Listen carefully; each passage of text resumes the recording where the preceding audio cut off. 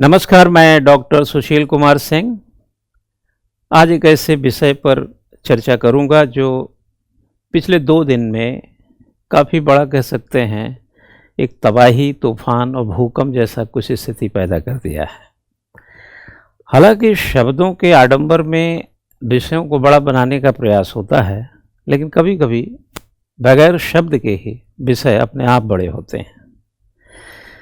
आज नवरात्रि का पहला दिन है। पहला तो ये विषय, आप सभी को शुभकामनाएं।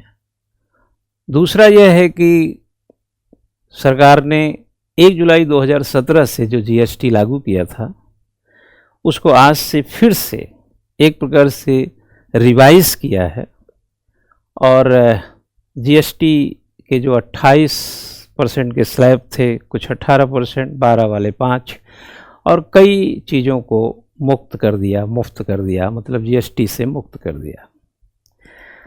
हालांकि कुछ मामलों में 40% भी जीएसटी है, तो कहा तो 2 स्लैब कहा जाता है, लेकिन है ये 3 स्लैब जीएसटी। मुद्दा यहाँ जीएसटी का नहीं है। मुद्दा यहाँ आंतरिक किसी तरीके से पॉलिटिकल, इकोनॉमिकली या सोशल कल्चर किसी प्रकार के इशू पे नहीं है, बल्कि इंटरनेशनल एस्पेक्ट में जब चीज़ें बदलती हैं, नए तरीके से कोई नियोजन होते हैं, और चूंकि ग्लोबलाइजेशन के इस दुनिया में जहां आर पार सीमा पार होता हो और वहीं पर कोई देश अगर एक तरफा ऐसा कोई फैसला लेता है तो उसमें भारत समेत दुनिया के कई देश उसकी जद में आएंगे और आ रहे हैं। 20 सितंबर बामुश्किल 2 दिन से बीता है और उस दिन व्हाइट हाउस में अमेरिका राष्ट्रपति अमेरिकन डोनाल्ड ट्रंप ने एक ऐसे दस्तावेज पे साइन किया है जिससे यहाँ के प्रोफेशनल्स के और कंपनियों की नींद उड़ी हुई है। और ख़ास ये है कि जिस H1B वीज़ा के लिए महज 6 लाख रुपए, हालांकि महज शब्द भी यहाँ ठीक नहीं है, बड़ी रकम है, लेकिन डॉलर के मुकाबले जैसे कि 88 रुपये पार है इस समय डॉलर, रुपए की तुलना में $1 इक्वल टू 88 समथिंग है। 6 लाख रुपए अमेरिका जाने वाले को लिए ठीक ही है, लेकिन अब वही अगर $1 लाख हो और उसको रुपए में बदलना हो 88 लाख हो, तो जाहिर है चिंता की भावें तनती हैं। और बाहर व्यवसाय और रोजगार और पढ़े लिखे लोगों के लिए, जिनके लिए H1B वीज़ा है, उनके लिए भी एक चिंता बढ़ जाता है कि आखिर अमेरिका में काम करने की क्या कीमत चुकानी पड़ेगी। हालांकि व्हाइट हाउस ने समय रहते इसको थोड़ा सा एक संशोधन कहें कि एक सांत्वना देने का प्रयास किया है कि यह वीज़ा उन लोगों के लिए नहीं है जो वीज़ा धारक तो हैं पर देश में नहीं हैं, या वीज़ा धारक हैं उनको रिवाइज करना है देश के भीतर। ये उनके लिए है जो नए आवेदक होते हैं। जैसा कि देखे होंगे अमेजॉन हो या अन्य कंपनियां फटाफट अपने लोगों को कहा कि वापस आइए, 21 घंटे केवल टाइम थे। लेकिन व्हाइट हाउस की तरफ से जो आश्वासन आया है कि अगर कोई बाहर है और वो 22 तारीख तक, 21 तारीख रविवार तक का टाइम था, जो 21 सितंबर तक नहीं आता है, तब भी वो आ सकता है अगर उसके पास H1 वीज़ा है, क्योंकि ये नए आवेदकों के लिए है। विस्तार से इसकी हम चर्चा करेंगे। हमारे पास कुछ पावर पॉइंट्स हैं, स्लाइड्स हैं। मैंने एक प्रतियोगी शिक्षक होने के नाते प्रतियोगियों को पढ़ाता हूँ, तो मुझे ऐसा लगा कि कुछ विषय जो अंतर्राष्ट्रीय संबंधों से जुड़े हैं, अंतर्राष्ट्रीय विषयों से जुड़े हैं, उसमें कुछ चीज़ें शेष न रह जाएं, जानकारी पूरी पहुँचे, तो उसको मैं तैयार होकर आया हूँ। थोड़ा आपके साथ 5-7 मिनट की यात्रा करूँगा और आप भी मेरे साथ यात्रा करें, इसका आनंद लें। देखिए, ज्ञान स्वयं में एक आनंद है और ज्ञान स्वयं में एक ऊर्जा है, और आनंद और ऊर्जा जहाँ हो वहाँ ज़रूरतें और चीज़ों की क्यों रहेंगी। तो चलते हैं यहाँ पर। तो इस पावर पॉइंट में आप साफ देख रहे होंगे H1B वीज़ा। ये H1B वीज़ा जो है, कहाँ से इसकी यात्रा है, हम अगर इसको स्लाइड को आगे बढ़ाएंगे तो यहाँ पर आप देखेंगे तो 1952 से 2025 के बीच एक डेट आपको दिखाई देती है। अगर इसके इस संदर्भ को देखें आप, H1B वीज़ा का इतिहास 1952 से 2025 के बीच में पहली बार H1 वीज़ा श्रेणी बनाई गई थी। तब B शब्द नहीं था, केवल H1 था। इसके तहत क्या था कि कंपनियां विशेष योग्यता वाले विदेशी पेशेवरों को अस्थायी रूप से अमेरिका ला सकती थी। उस समय कोई सीमा तय नहीं थी, कितने आएंगे, 1 लाख आएंगे, 10,000 आएंगे, 5,000 आएंगे, कोई सीमा नहीं थी। यह मसला कब का है, 1952। और आप एक्ट को पढ़ेंगे तो इमिग्रेशन एंड नेशनलिटी एक्ट था, जिसको INA बोलते हैं, उसके तहत ये सुविधा मिली थी। वक्त बदला, वक्त कहाँ पर आया, 70 से 80 के बीच में। अब क्या होगा, H1 वीजा का दायरा धीरे से बढ़ गया। अमेरिकी कंपनियां डॉक्टर, प्रोफेसर्स, इंजीनियर, रिसर्चर जैसे उच्च योग्यता वाले लोगों को बुलाने लगी। यहाँ की क्वालिफिकेशन यहाँ की अलग होगी, यहाँ पे ग्रेजुएट देख रहे हैं, यहाँ पे थोड़े और प्रोफेशनल हाईटेक जो IT-OT कंपनियों में काम करते हैं। चूँकि भारत में सुविधाएं तो थीं, लेकिन जॉब की अपॉर्चुनिटी शायद अमेरिका में बेहतर थी, तो इसलिए इन्होंने खोला कि कुछ बाहर के लोग मिलेंगे। बाहर के लोग सस्ते पड़ते हैं, इसलिए भी एक कारण होता है। आगे अगर हम इसमें यात्रा करें तो जैसा कि हम लोगों ने देखा कि ये जो थोड़ी सी यहाँ से हमने यहाँ तक की यात्रा की, तो कुछ चीज़ कंसेप्ट क्लियर हुआ कि एक ग्रेजुएशन से प्रोफेशनल तक मामला 70 से 80 तक पहुँच चुका था। अगर हम इसके वीडियो के दूसरे, इस पावर पॉइंट के दूसरे फॉर्म में जाएं तो 1990 में जब आएंगे तो इमिग्रेशन एक्ट ऑफ 1990 एक मिलता है। और ये क्या है कि H1 वीज़ा अब यहाँ 2 हिस्सों में बढ़ जाएगा 90 आते आते। एक H1A हो जाएगा जो नर्सों के लिए था, और एक H1B हो जाएगा जिसकी चर्चा आजकल चल रही है, अन्य स्पेशलिटी के साथ जो ऑक्यूपेशन के लिए था, जैसा कि मैंने जिक्र किया अभी। H1B का जन्म यहीं से होता है। कहाँ से? इसी टाइम से, जो आज नासूर बनता दिख रहा है। पहली बार सीमा तय हुई, पहले सीमा नहीं थी, अब सीमा तय हुई। सीमा कितने की तय हुई? 65,000 प्रतिवर्ष, यानी 65,000 लोग अमेरिका में इस वीजा के तहत आ सकते हैं। न्यूनतम शैक्षणिक योग्यता बैचलर डिग्री और उसके बराबर। अब उसके बराबर में तो बीटेक भी है, MBBS भी है, बहुत सारी डिग्रियां हैं जो आपने देखा प्रोफेशनली। अब यहाँ से जब हम आगे आएंगे ठीक थोड़ी से 7-8 साल बाद, तो एक और आप एक्ट देखने को मिलेगा। और इस ICWIA, जिसका ये फुल फॉर्म आप देख रहे हैं, एक प्रकार से जो वर्क फोर्स है उसके इम्प्रूवमेंट से आप देखेंगे तो जुड़ा हुआ एक एक्ट आपको दिखाई देता अमेरिका में। ये 1998 में सीमा को अस्थायी तौर पे बढ़ाया गया, यानी उनकी ज़रूरत बढ़ी होगी। 65,000 से 1,15,000 किया, और इस 98 के कानून के तहत H1B जो वीज़ा था उस पर 500 का अतिरिक्त फीस जोड़ी गई डॉलर में। $500 बहुत मामूली, आजकल अगर देखें तो 5-8 40 कितना होगा, 40,000 48,000, हार्डली इतना पैसा जोड़ा गया था। लेकिन आज तो पूछिए मत, कंपनियों पर अतिरिक्त शुल्क लगाया गया ताकि अमेरिकी वर्कर्स के प्रशिक्षण में खर्च हो सके, ठीक है, ताकि उनको ट्रेंड करना आसान हो, क्योंकि उसके लिए जो वित्त की ज़रूरत पड़ती रही होगी। अगर इसके नेक्स्ट फॉर्म को देखें तो आगे 2000 में आते ही देखेंगे एक और आपको एक्ट दिखाई देगा, और इस एक्ट को वही है कॉम्पिटेंटनेस इन द 21st सेंचुरी में अमेरिकन के। अब ये 21वीं सदी में इनकी एंट्री है इस एक्ट में। सीमा को बढ़ाकर 1,95,000 कर दिया गया, जो 2001 से 3 के बीच दिखता है। वीजा ट्रांसफ़र आसान हुए, कर्मचारी नियोक्ता बदल सकते थे, यानी कि जो भी एक कंपनी में गया है वो उसी कंपनी में नहीं दूसरी कंपनी में भी नौकरी वहाँ कर सकता था। एम्प्लॉय और एम्प्लायर को हम बदल सकते थे।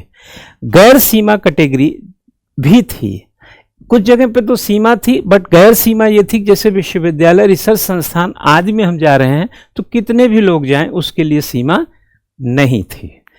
नेक्स्ट आगे हम बढ़ेंगे 2004। पहले तो हमारे थे 50, फिर 70, 80, फिर 90, अब कुछ सालों में आने लगे।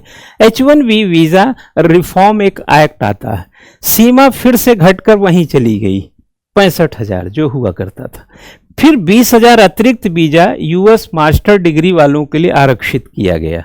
इसमें एक रिजर्वेशन आया कि जो मास्टर डिग्री वाले हैं उनको इसमें अलग से रक्षा मतलब रिजर्वेशन दिया गया, और दुरुपयोग रोकने के लिए कड़े नियम इसमें जोड़े गए थे कि लोग इसके भ्रमित ना हो, गलत तरीके से ना इसका इस्तेमाल करें, क्योंकि यह भी अमेरिका में जाने का एक खूबसूरत रास्ता था। अगर हम इसके आगे बढ़ें 2010 से 16 के बीच में आए तो आप देखेंगे कि एक जो ये कार्यकाल आप ध्यान आ रहा होगा, ओबामा का, बराक ओबामा का कार्यकाल था, ये ट्रम्प। मैं अगर यहाँ पे थोड़ा पीछे जिक्र कम किया मैंने, वो जो हमने रिफॉर्म किया था 2000 के टाइम में, उस समय जॉर्ज डब्ल्यू बुश जूनियर वहाँ के प्रेसिडेंट हुआ करते थे। कहाँ? अमेरिका में। अभी बराक ओबामा।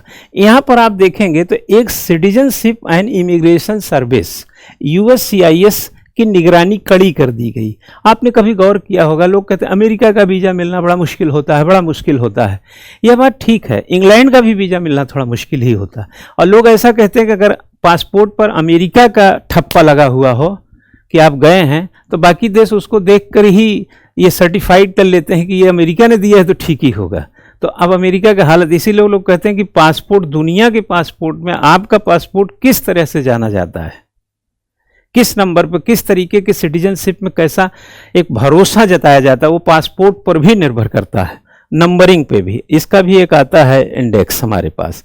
अगर हम इसको आगे देखें तो जो अंतर्राष्ट्रीय छात्र H1B तहत ट्रांजिशन कर सकें, इसको लेकर के भी यहाँ पे एक प्रोविज़न दिखता है हमको।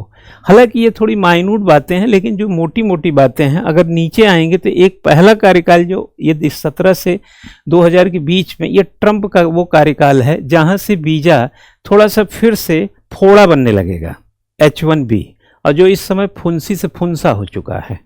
और वो क्या है, नारा देख रहे हैं, buy American hire American. America के द्वारा अमेरिका को हायर करो, बाहरी को मत बुलाओ। और हालत को देखें, H1B पर कड़ा रुख होगा तभी ऐसा होगा। तो एक प्रकार से H1B का वीजा ये नई घटना नहीं है। ट्रंप जब पहली बार राष्ट्रपति बने थे तब भी उन्होंने इस पर हथौड़ा चलाने का प्रयास किया था। देखिए, जब भी, जैसे हमारे यहाँ एक प्रकार से ऐसा समझिए, जब किसी व्यक्ति को कोई ऐसी बीमारी हो जाए जैसे कैंसर होता है, तो रेडिएशन के बाद भी चेकअप कराते रहना पड़ता है।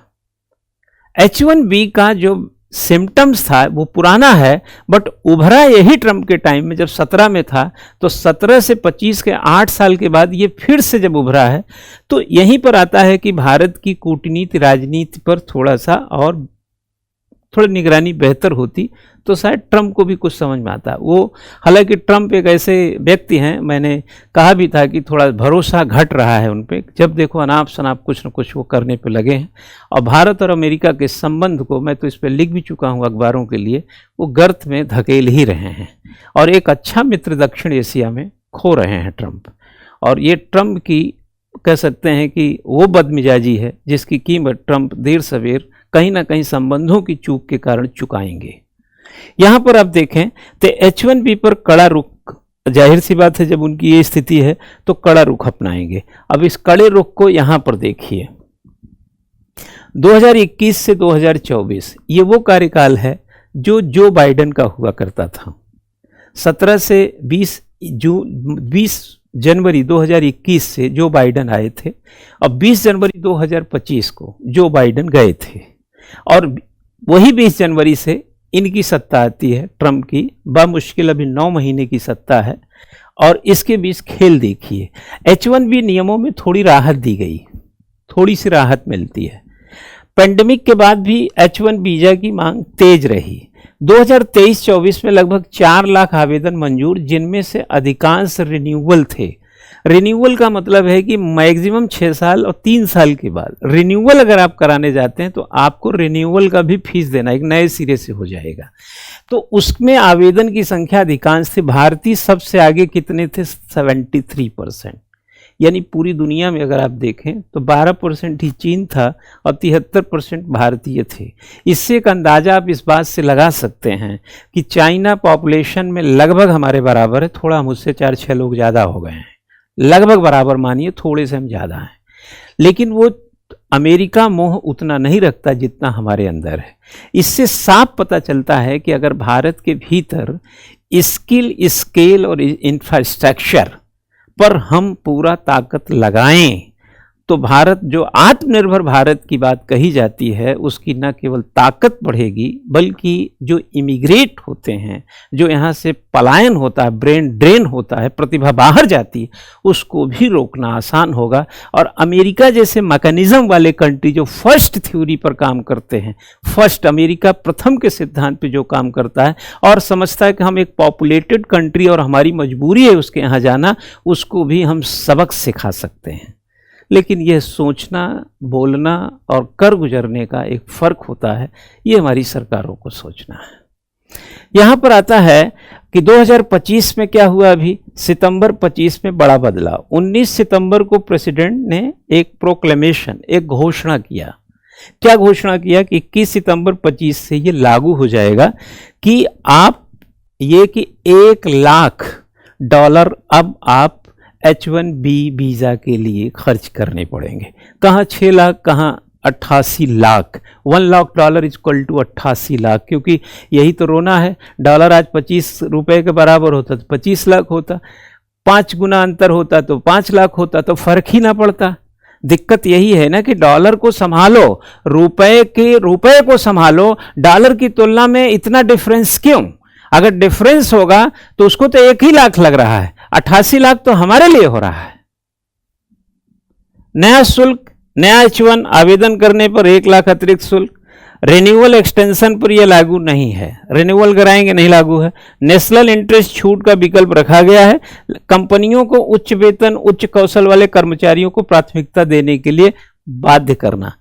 कंफ्यूजन ये भी है कि ये कंपनियां देंगी या व्यक्ति देगा। अगर कंपनियां देंगी तो क्या छोटी कंपनियां भी दे पाएंगी क्या?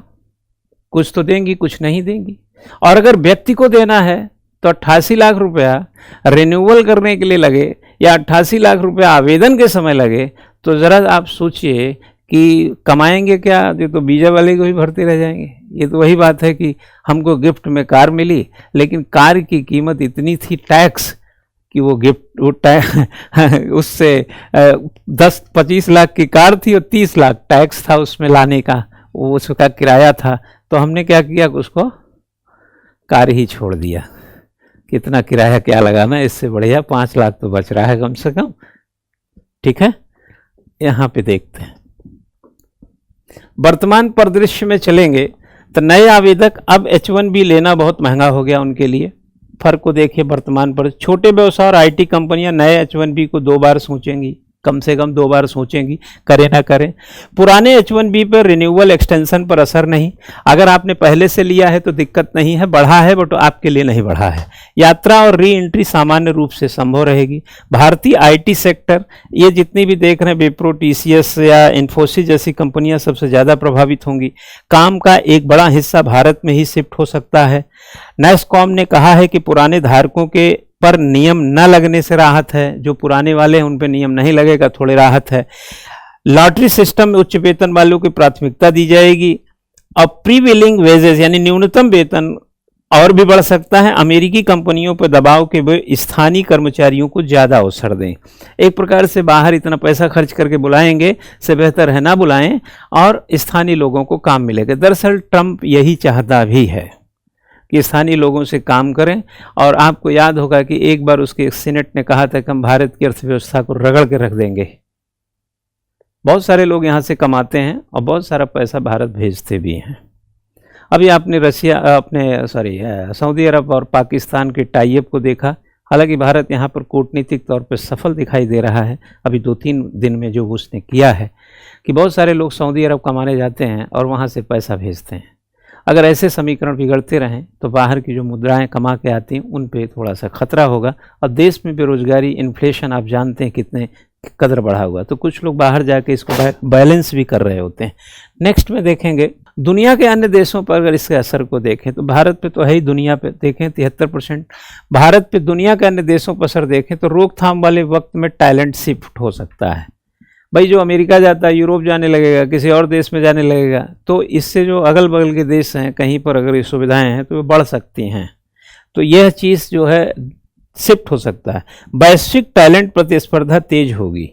एक प्रकार से कॉम्पिटिटिव एक की दूसरे जो चीज़ें, जैसे कोई चीज़, जैसे कोई मशीन जब महंगी हो जाती है तो और भी जो सस्ती मशीनें होती हैं उनको एक विकल्प मिल जाता है, तो वो भी अपनी क्वालिटी को मैनेज करके लोगों को आकर्षित करना उनके लिए आसान हो जाएगा।